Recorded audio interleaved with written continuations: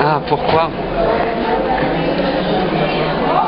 En fait, c'est plus oui, pourquoi j'ai commencé à faire des films. En fait, je travaillais déjà comme monteur, plutôt documentaire, quand je suis sorti de l'école. Et j'étais aussi assistant réalisateur, j'avais les deux métiers.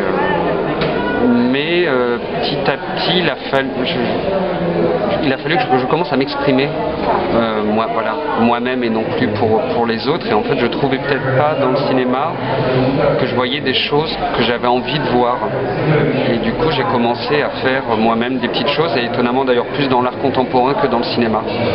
Et c'est en faisant une installation vidéo que je suis revenu que j'ai commencé à faire de la vidéo, du coup des films, et de revenir vers le cinéma traditionnel, alors que j'avais besoin justement de rompre un peu avec ça, parce que j'étais monteur ou parce que je faisais du documentaire traditionnel à côté.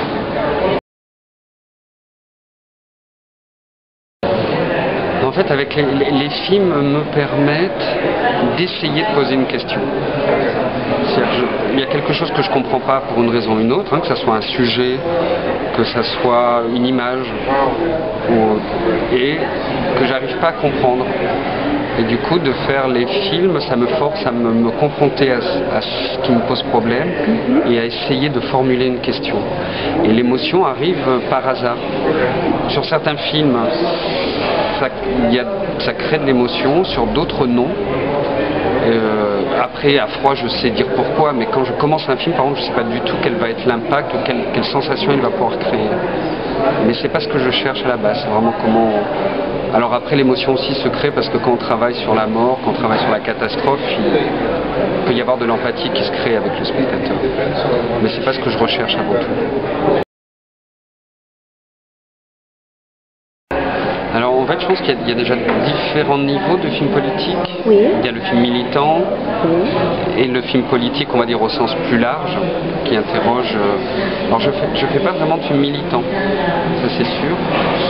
Et en fait, c'est des films que je dirais politiques parce qu'ils touchent tous, malgré tout, à la question du comment on vit ensemble, ou comment on peut continuer de vivre ensemble.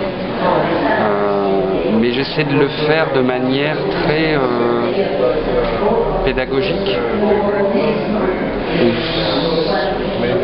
pas abstraite, mais de manière non directe. Mais c'est quand même pour moi des films qui sont là pour poser des questions. Et poser des questions aujourd'hui à travers l'art en général, ça reste quelque chose de nécessaire. Et finalement, assez peu de films s'interrogent sur le présent ou sur comment on a construit ce monde. Mais par contre, c'est pas il y a un endroit où ça manquerait pour être, on va dire, radical, politiquement radical. C'est parce que c'est plutôt des films qui sont de l'ordre du constat, des choses qui se sont passées, plus que ce ne sont pas des films qui proposent un nouveau modèle ou qui proposent de nouveaux êtres ensemble. Et ça, c'est une des limites de ces films comme objet politique. Enfin, je pouvais faire des films avec les archives en travaillant seul. Donc c'était la conjonction de ces trois éléments en fait qui m'a poussé à continuer à travailler l'archive. Et après, en même temps que l'utilisation d'archives, je vais commencer à m'intéresser de plus en plus à l'histoire des images, et ça me permettait de revenir sur ce que j'avais moi plutôt étudié à la fac, c'est-à-dire plutôt la représentation, comment on construit une image, comment on raconte une image. Et du coup, ça m'a permis aussi de mélanger des nouveaux intérêts théoriques et des anciens savoirs sur l'image en général.